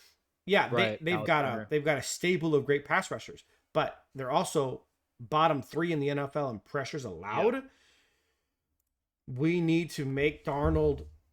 So here's the deal, right? The reason the pressure worked yesterday was because his first read, Justin Jefferson, which is basically his first read every play, was being bracketed and was not getting open quickly. When the pressure's in your face, your first read's out, and then you turn to Addison, and Addison isn't open quickly.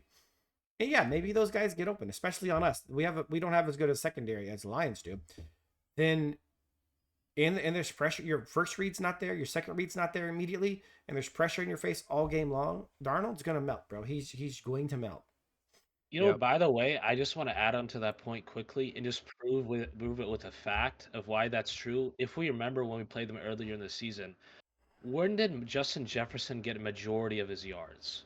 In the first 2 drives. Yeah. Right. He had one catch maybe on the sideline. I remember on D-Will where he bobbed the ball and he caught it. And that was like later in the third quarter. Yeah. But besides that, Justin Jefferson was pretty much a non-factor for the rest of the game. Mm-hmm. And we saw, because of that, Sam Darnold was a non-factor. Oh, Justin Jefferson's not open? What do? I have no one to throw to. Let me panic. So like I said, like you said, Ethan, it's a pretty obvious game plan, and it's something that we should do effectively because it's our strength versus their weaknesses. Like you showed in the chart, their O-line has been shaky all year. Yep. Even with just a 4-man pass rush, Verse should eat. Verse 8, absolutely ate them up against them. In the last matchup. He kicked Darrisaw's ass, and then when Cam Robinson came in for Darrisaw when he got hurt, he kicked Cam Robinson's ass all night. I don't think that was Cam. They traded for Cam. That was a Cam. That was whoever the backup but Cam is not as good as Darrisaw. Cam Robinson is not as good as Darrisaw, and he's been shaky this year. He's been absolutely shaky. Verse is going to feast on that guy. Verse is going to kick it. Yeah, I expect Verse to kick his ass. Yeah. No, I totally agree with what you were saying about like the more I was watching that game last night, I just started to get more and more excited for this matchup, man. And I'm not saying like, oh, we definitely got it, but matchup wise, to your point, absolutely, you can see how our strengths match well against their weaknesses. And I hope it's not recency bias because like they got their ass kicked last night. They didn't look good, but like man, I really like this matchup for us. And I'm starting to think like of all the possible 4 teams we could have played, I think this is the team I want. Yes. I'm happy with this Honestly, matchup. Yeah. But I think it's really interesting what you guys are saying about the blitz stuff and the pressure. So I just wanted to touch on that. Because I had 2 thoughts on this. One was like the Lions had so much success blitzing them, right? But part of me thinks, of course, we should blitz them. But the other part of me is saying, I think the reason they had success doing that is, Ethan, you said it. It's because they were able to cover in the back end. And I don't know if I trust us to be able to have that success. They played, like you said, 69% man coverage. I don't know if I trust our corners doing that. So that's going to be really interesting. And I'm just going to say it. I know we're doing keys later, but like just preview is like that's the key for me because I think there's an argument to be made that, they had success blitzing. But maybe since we have such a good front 4, maybe we need to just rely on our front 4 to get pressure and keep those extra defenders in the back end since we're not as strong in the back end as Detroit to try to cover. When we're talking about blitzing, like situational blitzing, it's not really just about Shula spam blitz every play. Because they blitzed, because the Lions blitzed a lot last night. And like I don't know if that's the way to go. But Lions, it could be. I'm just genuinely saying like that's the interesting thing for me. I'm not sure. Now the Lions have to blitz more aggressively though because their D line isn't as good. That's what I'm saying. Like we don't want to blitz 50% of the time, but if we blitz 30 or No. 40% of the time with just one or two extra guys, we can. The Lions Situational were blitzing, the yeah. Lions were blitzing with 6 or 7, sometimes even 8, and they were only dropping 4, 5, or 6. I'm talking about blitzing with, and so we're still dropping 6 or 7 guys, right? Yeah. So Yeah. it's definitely less aggressive than the Lions, but it's also more aggressive than maybe we're accustomed to being. Mm-hmm. I mean, look, if the first couple series we're getting pressure with just 4, like That's phenomenal. Rams are going to win that game. True. Like, That is period. the Like if we can get to scenario. them with 4 and we don't even need to be sending extra defenders a lot in the Man, rush, I'm like just talking man, about, you know what? If we could just simplify it and just say, hey, every 3 or 4 pass plays, let's blitz Spates, Curl, or Kobe Durant. I think we will knock them heavily off balance. That's it. That's it. yeah. But let's get into the specifics here. Offense versus defense. As always, we'll start off by taking a quick look at the depth charts. So Rams are healthy. In fact, they did say Havenstein's going to be good to go for this game. So the whole O-line is healthy. All of our weapons are healthy except for Blake, who's broke his forearm, is going to be out for the rest of the playoffs. Yeah, that sucks. Again, I'll say it one more time. I'm hoping to see Jordan Whittington more than I am Demarcus Robinson, but I doubt it. But Tyler Higbee's back. This is the healthiest our offense has been all season long. So that's interesting. This is the wrong team. Let me go to the correct team here. The Vikings are pretty healthy on defense too, I believe. Yeah, so they've got a look. All 3 of these guys at the front are good, not great, but they're good. They're solid. Harrison Phillips, Jonathan Bullard, Jerry Tillery. They're all they're interior D lineman guys are all solid. But Grenard and Van Ginkel and Dallas Turner is a trio. Is a monster trio. And then they have Ivan Pace and Blake Cashman, who might be They're great. One of the best inside linebacker duos in the NFL. Like it's just the front 7 is very, very good, and they're deep for this team. So, and then in the secondary, Byron Murphy is one of the best corners in football. Harrison Smith is old, but he's good. Cameron Bynum's not bad. Stephon Gilmore has been up and down, but not bad. I mean, like, solid number 2. He's solid number 2. This is a good defense, guys, and they've been playing good all season long. It is going. So when we're getting excited because we think that it's a good matchup for us, but by no means are we saying this is a guaranteed win or any of that stuff. We're just saying like, hey, this is kind of ready made for the Rams in the right situation to be able to pull out an upset. If this is even, I guess it's an upset. They're a 14. It is. The Vikings are favored, so technically it's an upset. By the way, the Vikings defense is 5th in the NFL this year in points allowed. They're a top 5 defense. So do not get it twisted. They're good. Now let's take a look at. You guys want to discuss? No, we'll just keep going. We'll go to key matchups. Actually, no. Let's discuss offense versus defense. Let's just talk about it. The tackles are going to be huge in this game. Alaric Jackson, Havenstein they have 3 great edge rushers. That is going to be the premier spot, and Stafford has been awful. Like he's one of the worst quarterbacks in the NFL against pressure this season. Statistically, he's one of the best clean, but he's one of the worst. He's kind of adopted that Jared Goff role. Where that's the complete inverse. So keeping him clean is going to be super key. They do a lot of exotic blitzes. I mean, offensively, we got to do the same thing we did the first time against them, which is basically we need a very fast action passing offensive game plan. Stafford doesn't even need the option of deep plays. Sean just needs to dial up the fastest passing offense he has and let it go. That we did that last time and it worked really well. Right. So I'm saying samesies on the offense for us. Yeah, similar game plan to what you saw even yesterday against Seattle. And it'll be interesting to see what Vic Fangio's kind of counter punch is, though, since we did that so well against them the first time we played. Brian Flores. Sorry, Brian Flores. I know, but yeah, exactly. I'm interested to see like how he kind of counters or adjusts to that because he probably figures we're going to do that. To be fair, that's probably Brian Flores' weakness. He really just does the same thing.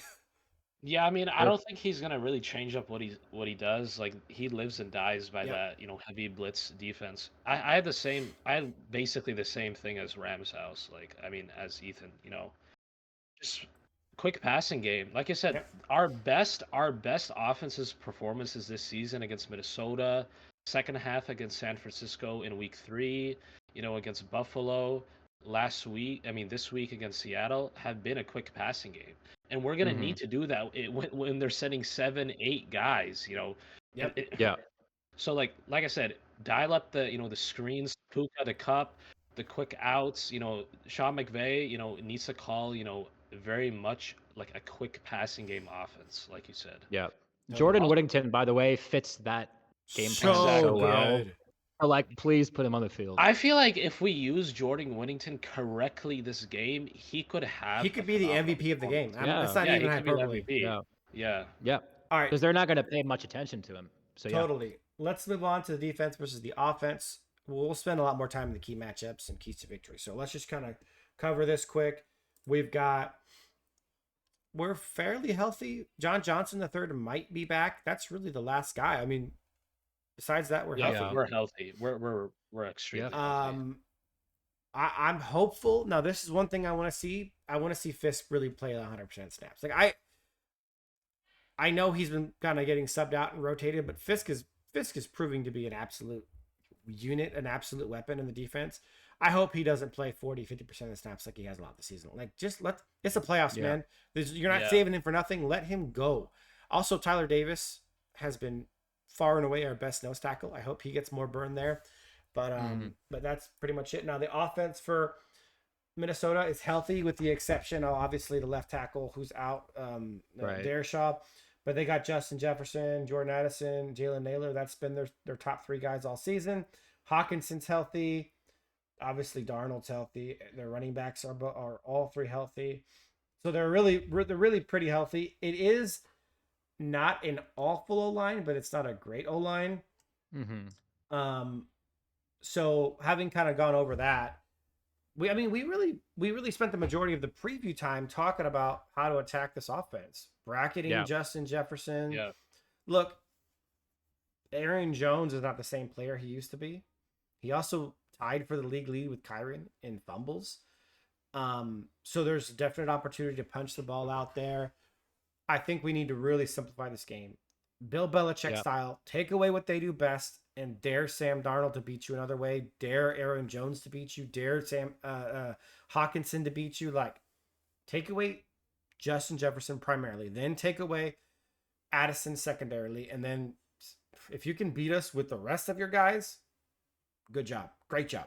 But we're going to take away that stuff. Right. Yeah. Right. Like if TJ Hawkinson has 160 yards and 2 touchdowns and that's how you beat us, but we did our thing on JJ and Addison, I can live with that. Obviously I'll be upset, 150%. but that's how I want to go out. They're a great team with a lot of weapons. If they have a chance to beat you, like that's it, right? Yeah. But dude, bro, it's crazy. They're a 14-win team in their wild card. That's just insane. But like, Insane. it's the first time it's ever happened ever. Yeah. And so don't let them beat you the way they want to beat you. Don't let them be comfortable and beat you. If we lose by other means, if Aaron Jones goes off, if Hawkinson goes off, great. Right. But don't let Justin Jefferson go off for 250 yards. I see 2 ways of us losing this game. One, like you said, Justin Jefferson goes off, Addison goes off, just all their skill position players just have phenomenal games. The other way I see us losing this game is Matthew Stafford being horrible and just has 2-3 picks, makes awful decisions, inaccurate, and just costs us the game. I feel like if we were to lose this game from Matthew Stafford, it would be early on. That's typically how bad Matthew Stafford games are. He starts off horribly, and maybe the second half he plays better, but typically if he throws a pick or 2, it's rough. It's rough. Yeah, and all the good games he's had, he's started good. He started hot right away. And there hasn't been too many of those. So yeah. Right, and but like to both your points though, the Philly game, it wasn't just that we lost. The thing that aggravated me so much was how we lost and how our game plan. Saquon and AJ Brown. Just let AJ Brown be singled up, or you were having, Michael Hoyt. just a weird bad plan for both players. So it's Michael like, Hoyt literally covered both of them, AJ Brown Funny and enough, Yeah. Saquon, in coverage. funny enough, it's kind of similar to that Eagles game. It's different players in some different positions, but it's the same thing. We Right. have to take away the best options. If I the best see- options if I are see Jay- which is Michael so Hoyt- obvious, but it's like something we didn't do. yeah, it's obvious, but yeah, If I see we Michael didn't Hoyt do on it. Justin Jefferson, I want Shula fired on the spot. if that happens, Right. we've lost. Well, you're gonna see it at least once. I'll tell you that right Yeah. now. You're gonna see No. Byron Young. It's or Michael probably Hoyt gonna. on him. Honestly, you're probably gonna see Michael Hoyt covering Aaron Jones down the field. Remember that happened Yeah. in the Yeah, game yeah. earlier Yeah. when Aaron Oh, Jones yeah. caught that wheel route. Yep. It was like a wheel route. Yeah. All right, so let's move on to key matchups. I am going to simplify this as I tend to do every week. Trenches. It's a trench matchup. If we can reduce pressure Yeah. and generate pressure, we win. Yeah. Yeah, I mean, I have the Honestly- same thing. Yeah, it's simple, right? Look, we said it. Their O line is shaky. Our D line's great. Our O line is great. Their D line's great. Whoever wins those matchups is probably going to end up winning the game. It's honestly simple as that. I mean, I really Yeah. have nothing else to say about that. Honestly, completely feel you both. It really is almost that simple where it's just like if our front four matches up well against that O line, beats them all night, getting consistent pressure, our odds just swing so much in our favor. And I'll just give one more is whoever's going to be covering the middle of the field with TJ Hawkinson, because I think we probably will copy that game plan where we bracket the outside receivers.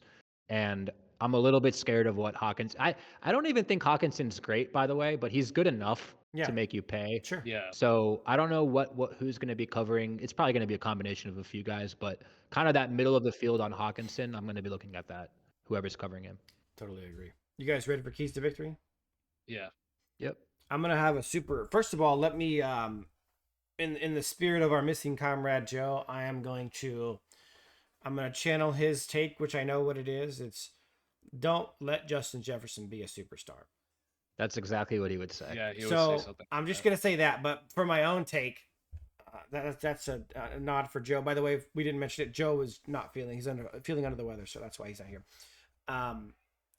For my own take, this is gonna seem cheap and like a cop out, but like this is genuinely my feeling is which Stafford are we gonna get? Yeah.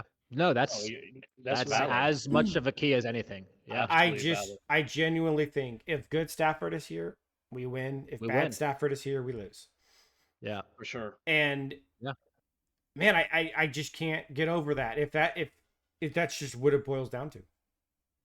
I mean, I mentioned this Yeah, last pretty week as much. well. I mean, during the end of the game, I quickly mentioned this that when we were discussing playoff potential matchups, I mentioned this that it's gonna really come down to Matthew Stafford. To be honest with you, if we see like the turnover machine, bad decision making, inaccurate Matthew Stafford, antsy in the pocket, rushing throws, holding the ball onto too long, taking sacks, that's Stafford. Yeah, we're losing this game. It's over. If we see the superstar, Hall of Fame level Stafford, who is composed, making the right reads, not making turnover worthy plays, and then he sprinkles in his phenomenal throws and his phenomenal plays, we're gonna win. And we could try. And listen, I'm not saying this is gonna happen, but there is that small percentage that if Stafford plays at the Hall of Fame level, we could trounce them. I don't think that's gonna happen, but I don't think that's gonna happen. But there is a small percentage, and the other end of this, the other end of the spectrum, there's that percentage that we could see the bad Stafford and we could get trounced. So it's honestly, like you said, it's up to Stafford pretty much. I just wanted to pull this up basically just to say that we're not really blowing this out of proportion. Stafford has had 1, 2, 3, 4, 5, 6, 7, 8 games under 85 passer rating this season. Yeah. And then he's had like those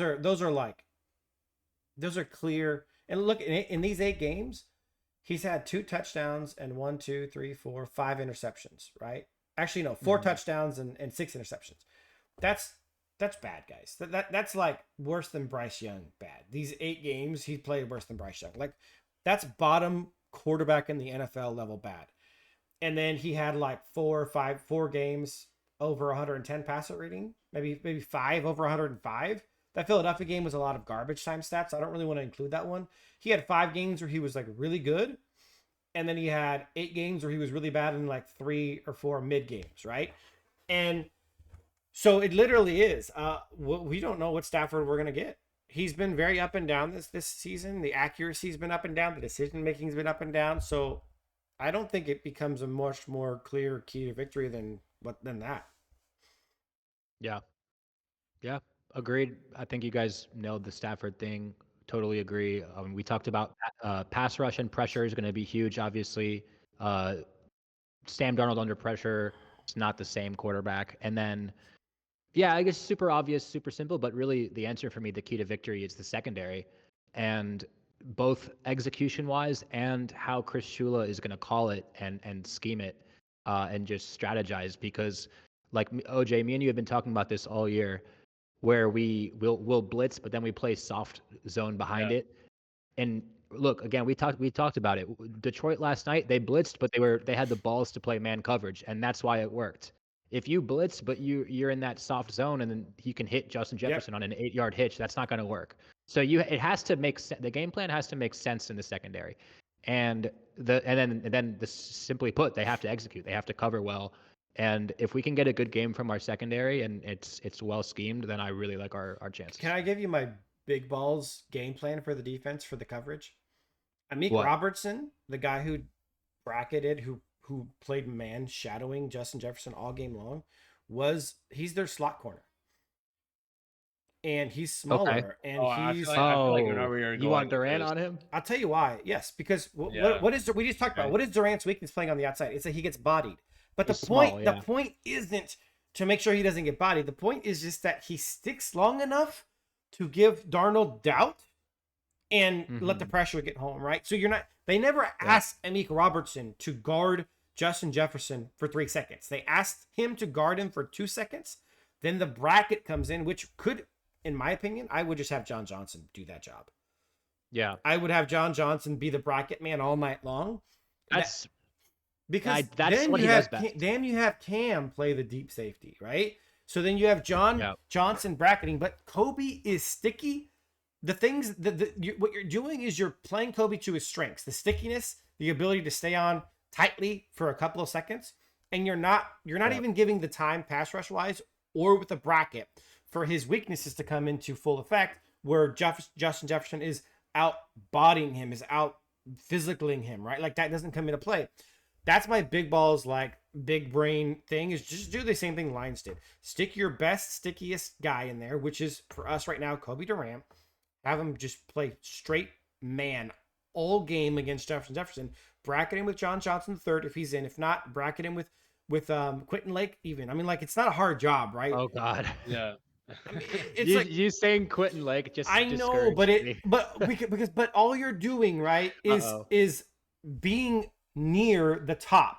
So you're saying wherever Justin Jefferson might go vertically, you be there to cause Sam Darnold to go, it's not open. That's it. That's all you have to do. It's a very simple concept. Yes. To be honest with you, yeah. Both of those the first job isn't easy, but if you're a guy who's sticky, you can do it. If you guys watched the game, Amik was just had his hands all over Justin. He was playing gritty. He was playing sticky, and he wasn't even like dominating Justin. It's just that there wasn't enough time. He just I actually don't hate that. Like Kobe Durant is like, he's not a big physical corner, but he is quick, he is fast, he's sticky. He can run, man. And he can run with anybody. He can keep up. Like he's faster than Justin Jefferson, and he can keep up. The preface is we're not asking Kobe to play one-on-one on an island. We're asking him to go man with guaranteed every down bracketed coverage. So that changes the whole aspect of that play. So anyways, to play off of what you were saying about the way that they're calling the game plan and the execution, I think that should be the game plan, to be totally honest. Yeah.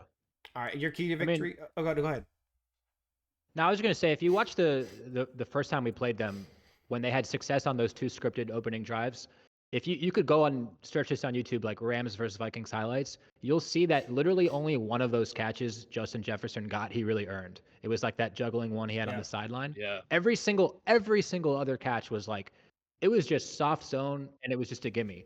That's what I just can't accept. Like it's the same thing we said about like earlier, as far as just if they beat us doing this, I can live with it. Is what I can't live with is just you're just playing soft zone and You're you're letting playing Justin into their Jefferson game plan. beat. Yeah, like if he beats us because we you know, we doubled him or we played man and he just earned it, then that's one thing. But you can't like let him have Yeah. 8, 12, 15-yard throws down I the mean, field methodically over and over. No. make them earn it. Yeah, Basically. exactly. Just Make make them earn it. Like if Justin Jefferson makes like an insane catch like down the sideline, I'm not gonna be mad by that because he's a great player. Like you You're executed gonna perfectly. dissuade it though, right? That's the Yeah. point. Because Sam Darnold's biggest thing is I don't want to make a bad decision. Yeah. And so when he sees Yeah. that safety bracketing it, it automatically makes you go, "Oh, that's dangerous. I don't want to do that." Yeah. Makes Sam Darnold guess what he has to do. Right. And basically from that, right, just like he's sitting back in the pocket 2 seconds, Justin Jefferson's not open. Oh, here comes Verse, here comes Byron, Right. here comes Kobe, you know, Fisk, and he's sacked. Yeah. That's Yeah, basically the game plan. and what happens when you play that conservative like bend but don't break defense is Sam Darnold gets in a rhythm and gets confidence. Yeah. It's Oh like, my oh, gosh. Absolutely. completion, Yep. completion over here. Like, can't have that. Dude, whenever Justin Jefferson's not open, he panics. It's just simple Right. as that. All right, and your key to victory, OJ? I already mentioned it. It was I think we all went. Stafford. Oh, yeah, okay. Yeah, I okay. think we all went. So, prediction time. Who wants to Oof. go first? Ooh. I didn't even think about this, honestly. I'll go first. Actually, You go. I'm going. I need to think I'm about it. going. I don't think this is a hot take. So look, if you guys have watched the podcast over the first 19 episodes, especially every week during the season when we made predictions, I kind of have a method to the madness of making my predictions, and I'm just kind of a straight chances guy, right? Like I kind of figure out what I think has the highest likelihood of happening, and then I just go with that. You know, Joe tends to go more with his heart. Rams fan, you know, homerism. So like we talked about earlier, right? The key to victory being good Stafford or bad Stafford. And I just showed basically Stafford's had 4 or 5 good games. He's had 8 or 9 bad games. So to my key to victory, I think there's a higher percentage chance that bad Stafford shows up. And Okay. so I'm predicting a loss, and I'm just going to say like 24-17. Okay. Okay. I know I'm the bad guy, but like, I mean, that's No, fine. I mean, they're look, a darn good team. I'm- guys. it's a fair also- opinion. They're a 14-win team. It's fair They're opinion. I favored. mean, look. I'm naturally also like a level-headed guy. I see, like, I factor in balance. If I see something that's, you know, a fact, I'm not gonna just completely ignore it. But Yeah.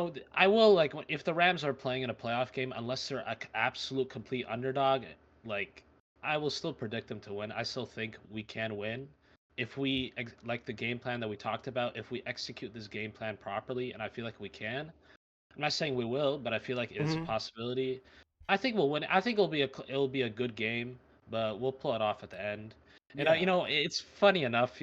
I've said this like ever since I've been on the podcast for 3-4 episodes. I've said Cardi walk off, Cardi walk off. Oh, It's time, It baby. hasn't happened. It's time now. You know why I'm confident? We didn't talk about him, but I'm gonna yeah. talk I was about gonna say, him. we yeah. talked about him. We completely forgot about Cardi. Mm-hmm. He hit 2 near 60-yarders 58, last 57. week. Yeah. And I feel like now his confidence is through the roof. I feel like Yeah. Rams win 27-24, walk-off field goal from Cardi. So I want Love it. to elaborate just for a second. I am hopeful that we can win this game. I also would not be surprised if we win this game. I'm not saying, oh, I'm just like totally convinced we're going to lose. I honestly, you will not see a shocked Ethan if we win this game at all. Like, because the blueprint is there. The possibilities are like, the matchups are there. Like, we could win this game. Like, this is a winnable game. For me, it's just like, what has a higher percentage chance? And I'm just going to go with that. Like, I think there's a 55, 60% Yeah. chance we lose, 45, 60%, 40% chance we win, right? And so, like, it's as simple as that. But yeah, I won't be shocked at all if we win. The odds aren't crazy against us. Yeah. I mean, quickly, Yeah. I just want to say, like, I feel the like similar way. Like, I wouldn't be shocked if we lost either, because No, of course. Yeah. because we do have flaws, and there is a high possibility that we just don't execute the game plan and it backfire horribly. So Yeah. whether we lose or win, I'm not gonna be obviously I'll be pissed about it naturally because it's a loss, but I'm not gonna be shocked. Yeah, no, I mean, look, if all three of us picked the Rams against a 14-win team that's favored, I think that's Yeah. what would Homerism. be. That's not. Yeah, Yeah. that's just not honest either. So, by the way, thanks for bringing up Josh Carty because I did completely forget Yeah, about Yeah. that, same. and that needed to Yeah. be mentioned. By the way, Absolutely. you know what? I actually want to give him just a tad more love before you give your prediction because Sure. he deserves No, it. he deserves it. He Not deserves just it, from Deserves it, man. yesterday. I can't believe we forgot about Not it. just from yesterday, but he's on a roll. He hasn't missed a kick since the Chicago. Wait, no, this is backwards. He hasn't missed a kick since the Miami game. Oh no, Yeah. no, he's sorry against New England. Nope, against Philadelphia. So he's been perfect. Yeah, here we go. This is it right here. He's been perfect since here. Last like 5 games or so. Yeah, Five last games. 5 games. By the way, not like a little bit. 5, 6, 7, 8, 9, 13 kicks, and 3 of them were over 50 yards. So Yeah. Cardi's been on a roll. He's 13 for his last 13 with 3 over 50. He's in a groove like he hasn't been all season. I'm proud of the guy. I've never wavered on the Cardi support. There's something about guys whose kicks are always just straight line kicks. They don't shank kicks. Even Cardi's misses were just he missed to the left or the right. It wasn't a bad shank. Like he gets solid contact on that ball every single time he kicks it. Yeah, man, those 58 yarders would have been good from like 62, 63. And Yep. I said it last episode on the stock up, but like special teams as a whole has been a weapon for us. Yeah. Like Yep. Cardi, Ethan Evans still Even pinning kicks within Evans the has 10. been on a roll lately too. Ethan Evans has Bro. arguably been the best punter lately. Like he's Yeah. been phenomenal, man. And I watched his like on the Rams channel, like his interview with JB Long, and like he's always had a huge leg, but he said it himself. The thing that he really focused on this year was placement and like just where he's putting the ball. And man, that has showed. Like, and then we had the kick return from Whittington. Yeah. So special teams has been great. But as far as the prediction, man, this one's tough. I just for all the reasons that we have been discussing throughout the episode, I do think we match up well against them. And with Stafford, I'm kind of on my this is like do or die for me of for like how I feel about him. I've always been a Stafford guy. Love Stafford. I mean, he won a Super Bowl for us. Like I'll never forget that. And it's just been such a weird season because there has been more bad than good. But the highs, it's kind of like you said the other episode, Ethan, like the lows are so low, but the highs are like really high too. Like Absolutely. I mean the Buffalo game, like there's 3 or 4 quarterbacks in the league that can have a game like that. Period. Like he was truly special in the Buffalo game. So I'm gonna say this. I'm gonna maybe I'll get burned on this. Maybe I'll look stupid. Yeah. I'm sorry, I've been muted for a little bit. I'll have to check on that after this. But Oh. let me I just want to show one thing because you know what, Ethan Evans, he's second in the NFL in the inside the 20 percentage.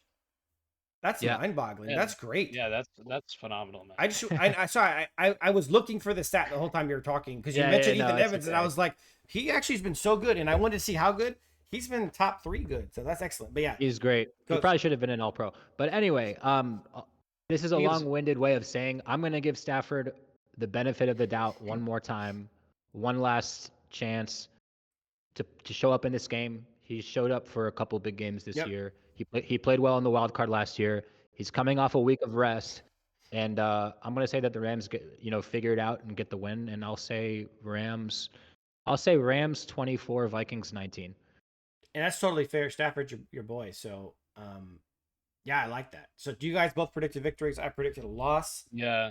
But yeah, guys, I think I'm excited to be in the playoffs. I'm excited to win the division. I'm excited for the future.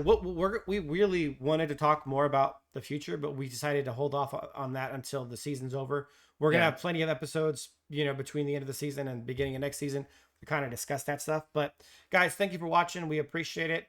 Please like, comment, subscribe. Give us feedback for the podcast. Tell us your ideas on how this playoff game is going to go. Give us your predictions. Thanks for watching, guys, and we'll see you guys next episode. Go Later, Rams, boys. baby. Go Rams.